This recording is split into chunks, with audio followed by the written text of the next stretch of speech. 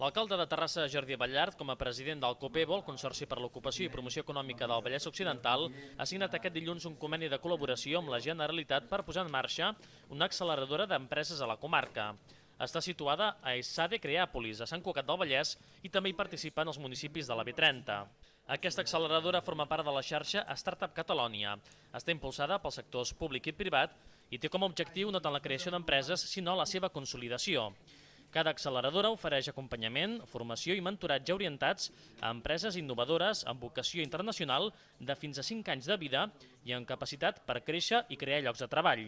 Cada any, Startup Catalonia donarà suport a 25 empreses. En aquest període, l'objectiu és augmentar un 50% la facturació, elaborar un pla d'internacionalització, augmentar el nombre de treballadors i captar inversió privada.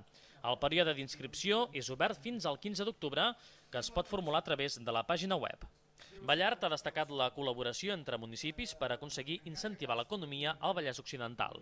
I crec que un país pot ja tenir una política econòmica de país, però també ha de tenir en coherència una àmplia xarxa de polítiques econòmiques locals que vagin de baix cap a dalt i no sempre des de dalt cap a baix. Catalunya aquí té formidables possibilitats per estimular el desenvolupament econòmic i per obrir nous horitzons, però ho hem de fer de veritat entre tots i a partir d'un pacte, però sobretot d'objectius i de compromisos comuns. El conseller d'Empresa i Ocupació, Felip Puig, ha dit que el model econòmic de Catalunya passa per la reindustrialització. Puig també ha volgut llançar un missatge d'optimisme i ha deixat clar que qui ha de tirar del carro ha de ser el sector privat. Comencem a observar un cert no diré ni brots verds ni indicadors, però un punt de canvi d'inflexió, sobretot en l'estat d'ànim, amb la perspectiva que molta gent comença a tenir que estem tocant fons, que hem deixat de caure, que comencem a controlar algunes de les variables que fins ara portàvem 5 o 6 anys desbocades. L'ocupació vindrà des de la iniciativa privada i des de les empreses.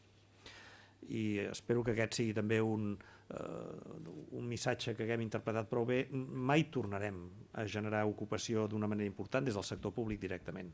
El 2014 es crearan 4 noves acceleradores a Tarragona, Lleida, Barcelona i la Catalunya Central.